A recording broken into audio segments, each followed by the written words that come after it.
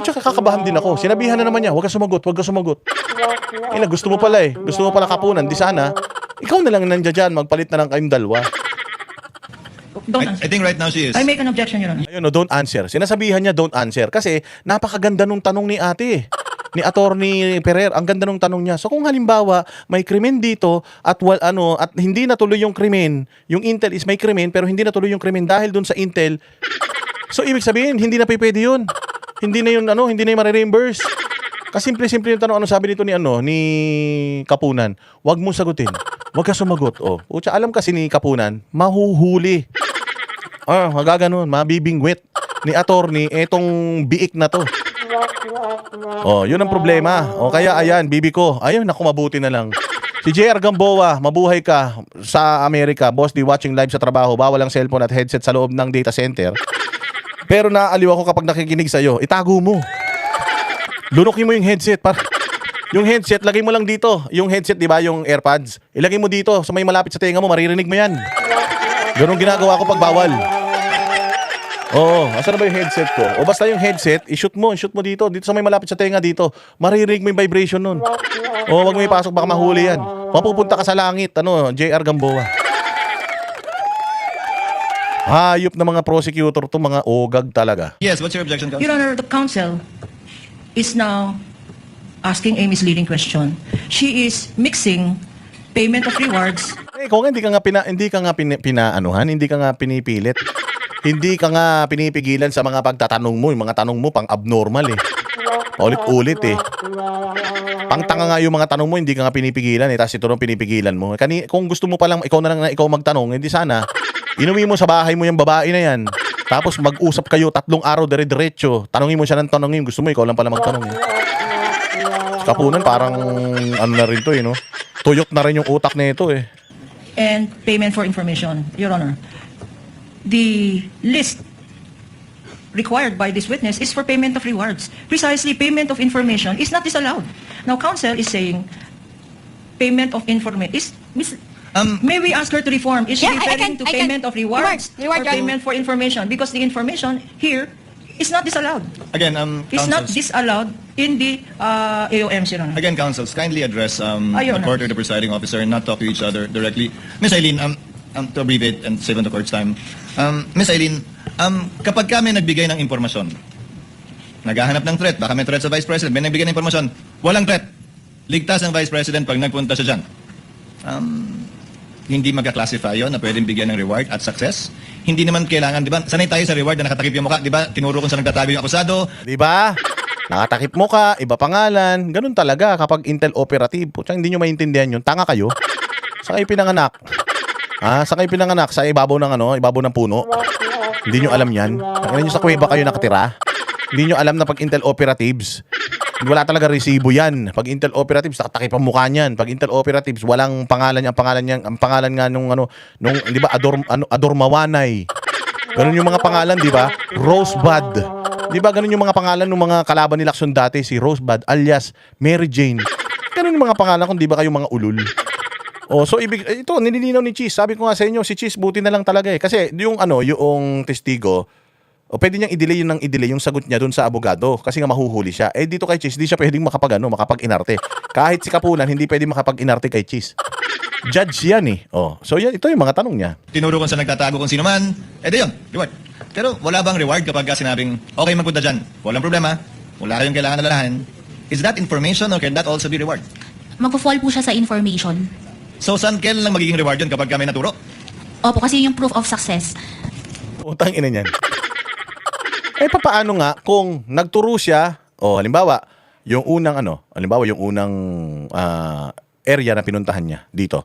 Dito po, yung pinuntahan niya. Nakita niyo talaga nandoon. Pero wag muna nating hulihin. Pasarapin pa muna natin siya. Pasarapin pa natin. Pucha, bigla nakatakas. Naituro niya na. Naituro ko na, ba't di niyo pa hinuli? Hindi pa namin hinuli kasi gusto namin pasarapin pa siya eh. Ang sarap kaya nung padaan-daan kami sa harap niya, di niya alam pulis kami. Hindi ko nakasalanan yun, tinuro. Tinuro ko sa inyo eh, tinuro ko na hulihin yun, di nyo hinuli. Saan yung yung reward ko? Wala kang choice, bibigay mo yung reward. Kasalanan mo kung ba't hindi nahuli, hindi naman kasalanan ng informant, bibigyan mo ngayon ng reward yun. Utang ina niyan, patay, impeach. Bobo. Kain kasi ng kain ng tosino eh. Yan ang problema pag puro salitre yung kinakain mo. Tsaka yun, di ba yung matigas nung longganisa, yung naiiwan dun sa naiiwan sa kawali. O, tsaka nilalagay niya yung kanin dun eh. O, tapos pinapahid niyang ganun yun, nakukuha niya yung matamis, kakainin niya. Tanga, yun yung humaharang sa utak mo, kaya bobo ka. Tuloy niyo po. Yun yung proof of success ng information na ibigay kasi may na-apprehend po or yun po, ganun po. Yun, ulitin ko po yan ang interpretasyon nyo, pero wala po yan sa Joint Memorandum Circular. Opo, based po sa, yun po lang yung hinihingi under item 4.8.5.b. Right. Pero wala sa memorandum circular, putsang ina, dinadagdagan mo pala eh. Hilig mo maglagay ng betchin eh. Ang hilig mo sa betchin siguro. Saan nyo ba binasa yung interpretasyon nyo yan? Yan ba yung ginawa ng lahat ng mga nauna sa inyo sa pwestong yan? Kinopya nyo lang? Or sarili nyo po yan at ngayon lang ginawa yan? Doon po sa mga ibang na-audit ko, ang ina-attach po talaga nila is yung payment of rewards na may mga nahuli po. So lahat ng in-audit nyo noong nakaraan, for consistency sake, merong nahuli o na-apprehend. May ganun pong mga naka-attach na mga dokumento. At tulad dun sa iba, kapag walang nahuli o na-apprehend sa reward, ine-AOM o dinidisala o sinususpend nyo. Hinahanapan po namin ng proof of success, opo. So, ibig sabihin, hindi lang si BP Sara. So, dito, nahuli ni Chis Escudero na meron din palang iba na hindi nakaka-fulfill ng requirements, nag-i-issue sila ng NDA, AOM, at kung ano-ano pa. Ibig sabihin, hindi lang si Inday Sara pala yung may ganito. Marami pala. Meron din pala si Bongbong, meron din pala si Gwen Garcia, meron din pala si ganito, meron din pala si ganyan. Ang dami pala nilang meron. Bakit si Inday lang iniimbestigahan natin? Anak ng tinapay. Kasi sinabi ni Chisi, buti sana kung ang sabi niya.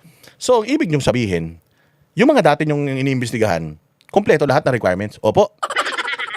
Na ipoprovide nila. Parehas na operation. Parehas na function. No, na ipoprovide nila yung kailangan yung mga dokumento. Opo. So, si Inday Sara lang ang hindi nyo na Si Inday Sara lang ang bukod tangi na na-issuehan nyo ng notice of disallowance dahil hindi sumunod sa sistema at proseso ng pagliliquidate. Tama? Opo, si Inday Sara lang po, nag-iisa. Ayan. Kapag ka ganun, magkakakampi tayo dyan. Banatan natin ng banatan si Inday. Eh, hindi eh. Lumabas sa bibig nitong aling ito na kahit hindi pa kumakain, busog na.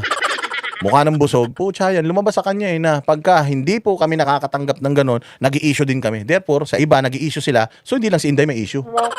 Pati pala yung iba. Patay tayo dyan. Baka sa kusina nga nag-audit to.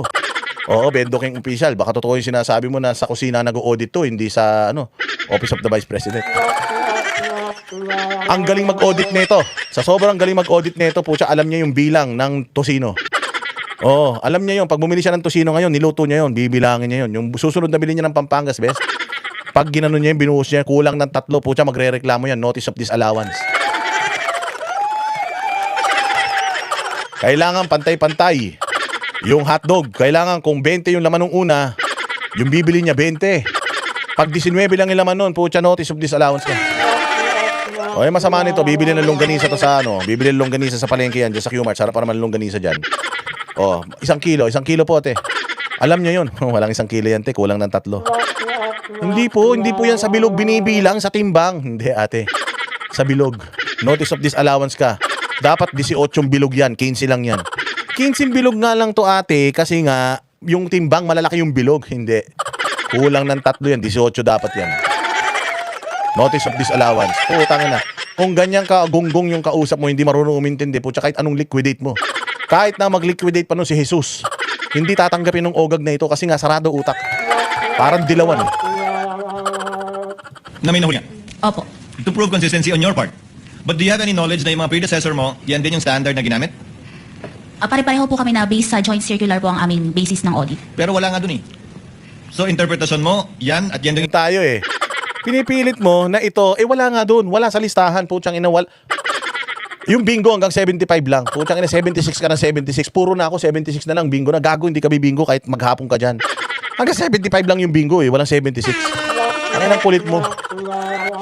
Kung ano lang yung nasa listahan, doon lang tayo magbabase. Putya, pag wala na sa listahan, ibig sabihin, pinipersonal mo na. Kung ito yung listahan, tapos putsang ina, may hinahanap ka na wala doon sa listahan, meron kang sistema, proseso na wala naman doon sa pinag-usapan, putsang ina na may personal ka na niyan. Gunggong. Magtayo ka ng sarili mong kowa kung ikaw ang gusto mong masunod. Interpretasyon din ng mga nauna sa'yo sa pagkakaalam mo? Sa akin po yun po yung naging Sa'yo lang. interpretation. Opo. Okay. You may proceed. Catherine, proceed. Your Honor. Klaro ang galing talaga ni Cheese, palakpakan natin. Sa'yo lang. Ang sabi ni dito ni Chis, sa'yo lang. So ikaw lang nagdesisyon nun. Wala sa listahan, so ikaw lang. So kung ayaw mo, putyang ina, tapos ang lahat ng opisina sa mundo, ganun. So kung ako si Chis Escudero, nag-liquidate ako sa'yo, putyang mas makapangyarihan ka pala sa akin. Kasi kung ayaw mong tanggapin, pwede pala ako matanggal sa trabaho dahil sa yung hayop ka. Di ba? Ang inan yan. Naglagay kayo kasi ng utak robot eh. Ayan tuloy. I will go back to the podium.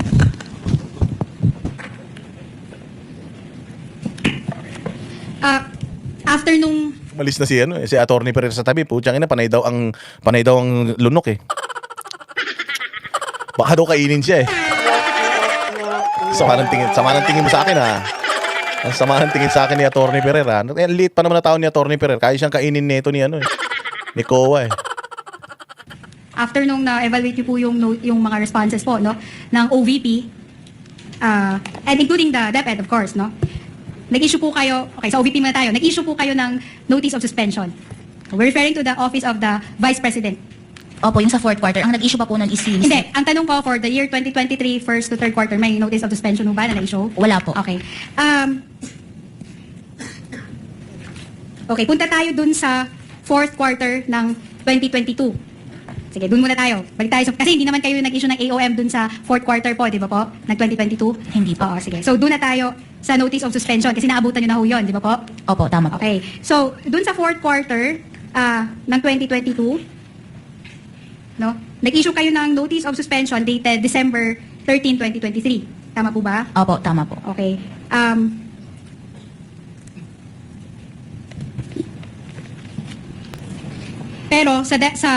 Pero sa 2023 wala kayong na-issue na notice of suspension. Opo, tama po. Okay. I'm going to direct you to the JC, section 3.2. Ralph, kindly give her a copy of the JC. Jojo Hugo, salamat ha. Dali mo, dali. Ganyan mag-react. Di ba Jojo? Ganyan mag-react. Oo, hindi bara-bara. Hindi corny. 3.2, notice of suspension. Nakita nyo na ho? 3.2, nakita nyo ho? Hindi makita, nakarang yung pisngi. Oh, si Majin Buu, hindi makita yung binabasa. Paano pag yumuko siyang gano'n, nakikita niya yung pisngi niya. Nakalubog na yung mata sa laki ng pisngi. Kaya pag nagbasa yan, dapat ganun, nakatapat sa mata niya. Hindi pwede yumuko gano'n. Pag yumuko yan gano'n, wala makikita yan. Wala po, di ko makita. Ay, paano mo makikita? Kapal nung pisngi mo eh. 3.20. Okay. So sinasabi mo dyan, refers to a written notification to the head of agency and or accountant informing of the temporary disallowance in audit of CE. CE po ay confidential expenses. Opo, tama po. And or IE, which appear illegal, improper, irregular, unless satisfactorily explained or justified by the responsible officers or until requirements on matters raised in the course of audit are complied with. Tama po? Opo, tama po. Pero in the case of the first and to third quarters, wala ho kayong in-issue na notice of suspension. Tama ho? Wala pong notice of suspension. Therefore, the Vice President, Office of the Vice President, was not able to... Kita mo yung mga congressman sa likod. Oh. Ang lulungkot na. Ang lulungkot na ng mga gago. Oh. Oy, tangina, bakit malungkot ang mga beshi ko? Wala na, olats na. Pucha si Joke no. Joke no, speech ka na ulit. Joke no, bilis, mag-speech ka na ulit. Tangina, oh, presko na naman yarn. comment on any supposed finding of the COA. Walang opportunity ho na magbigay ng comment yung Office of the Vice President bago pa ho ma-issue yung notice of disallowance. Dumiretso po ito sa notice of suspension. Mamaya ho, tatanungin ho kita. Doon muna tayo sa notice of suspension. So walang naibigay na oportunidad para mag-comment ang Office of the Vice President to any notice of suspension na hindi naman na-serve. Wala pong notice of suspension na na-issue. Thank you. Salamat po. Now, sinabi mo rin kahapon na you dispense with the notice of suspension because there was a supposed violation of 6.1.1 of the JC. Yes po, ho? tama po. Okay. Nasa JC ho ba, no, joint circular, na pag may violation ng 6.1.1, didiretso kayo sa notice of disallowance? Under po kasi sa 3.19, nakalagay po doon na yung disallowance is written notification to the head of agency and or accountant informing and requiring the persons liable to restitute the amount kasi nga po nakalagay dito as a result of illegal, irregular, and improper disbursement or expenditure of such funds. So naiintindihan po kita sa Eileen, no? Ang tanong ko ho, nasa joint circular ba ho na pag may violation ng 6.1.1 ay didiretso ho kayo sa notice of disallowance? Nasa JC ho yan? Kasi nga po yung Anong nga yung tanong, nasa JC ba yan? Nasa JC. Oh, tangina, Tagalog na, hindi pa naiintindihan eh. Gulo-gulo mo eh. Nasa JC po ba yan? Ang tanong, wala po. Opo, ayun lang ang tanong. Ilang letra lang yung isasagot mo, ang dami mong sinasabi. Jenny Garceron. Maraming salamat sa iyo, Jenny Garceron. Mabuhay ka hanggang gusto mo. Sagutin niyo lang ho yung tanong ko, nandun ho ba o wala? Pwede pong pakiulit yung tanong. Tanginang yan, pinaulit pa. Inang tao na to. Yan ang problema. Yan ang problema pag pinagli ka sa takure.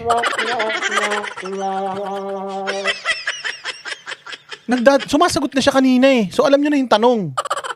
Tapos ngayon nung tinanong siya ulit, putsang inang yan, pinaulit niya ulit yung tanong. Hayop na ito. Saan ba pinaglihi itong batan to? Sa kamote? Nasa joint circular ho ba na pag may violation ng 6.1.1, dediretso na kayo sa notice of disallowance. Hindi nyo na kailangan mag-issue ng notice of suspension. Opo, kasi irregular na po yung... Hindi po, ito po yung Na inulit na 5 beses na inulit, ate. Utang ina, ano bang klaseng utak meron ka, puta? Dapat operahan na to. Yung mga ganitong utak ng tao, dapat to inooperahan para tingnan ko anong laman. Puta, nakakapagtaka. May ganito palang utak ng tao. Hayop! Tingnan mo ha. Tingnan mo. Ang tanong sa kanya, nasa joint circular ba? Nasa JC po ba? Kasi po, ganito po yan. Hindi. Ang tanong ko nga, nasa JC po ba? Nasa JC. Nandoon ba? Pakiulit yung tanong. Kakasabi lang, pinaulit o inulit ulit. Nasa JC po ba? Kasi ganito po yan. Ay puta, hindi mo talaga naiintindihan. Tangin ng babae na ito. Puta, sino ba nanay na ito? Siguro, puta na yung pinagbubuntis to, 4 na buwan pa lang pinanganak na. Hindi na buo yung utak eh. Kumbaga sa itlog, malasado. Ayop na yan, hindi na hard-boiled. Reset. Tangin ng impeachment na to, patawa. Tanong ko po ay mismo yung provision na yun, sinasabi ho ba niya, you can directly issue notice of disallowance without... Your Honor, this is asked. Putang ina, wala na. As in answered daw. Gago rin talaga.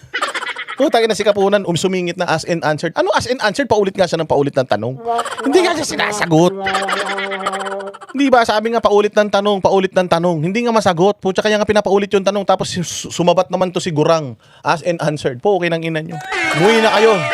Umuwi na kayo, visit kayo, matulog na kayo. Ano yung sinasayang yung oras ng taong bayan, mga gonggong kayo talaga. Asked and answered. That is your answer, counsel. As in answered. Wala nga nasagot. Walang iya kayo, Maribik. Wetjen. Ano bang ano yan? Paano ba? Basta si Maribik na lang. Maribik, salamat sa'yo ha. Tiyangin yan. Sige, audit pa more.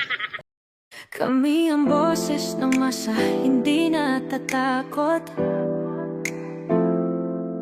Katotohanan lang, di kami nalulunod.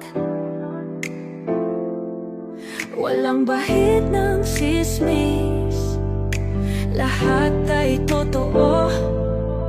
Kahit sino ka pa, pag mali ka babanatan ka. Walang pinipili kulay, wala kaming kinikilingan. Basta para sa bayan, kami lalaban. Pag tama palakpakan, pag mali banatan. Di matitinag, di matatakot, para sa bayan tuloy ang sigaw. Sa harap ng kamera, walang halong takot. Mga baluktot, lahat kayo'y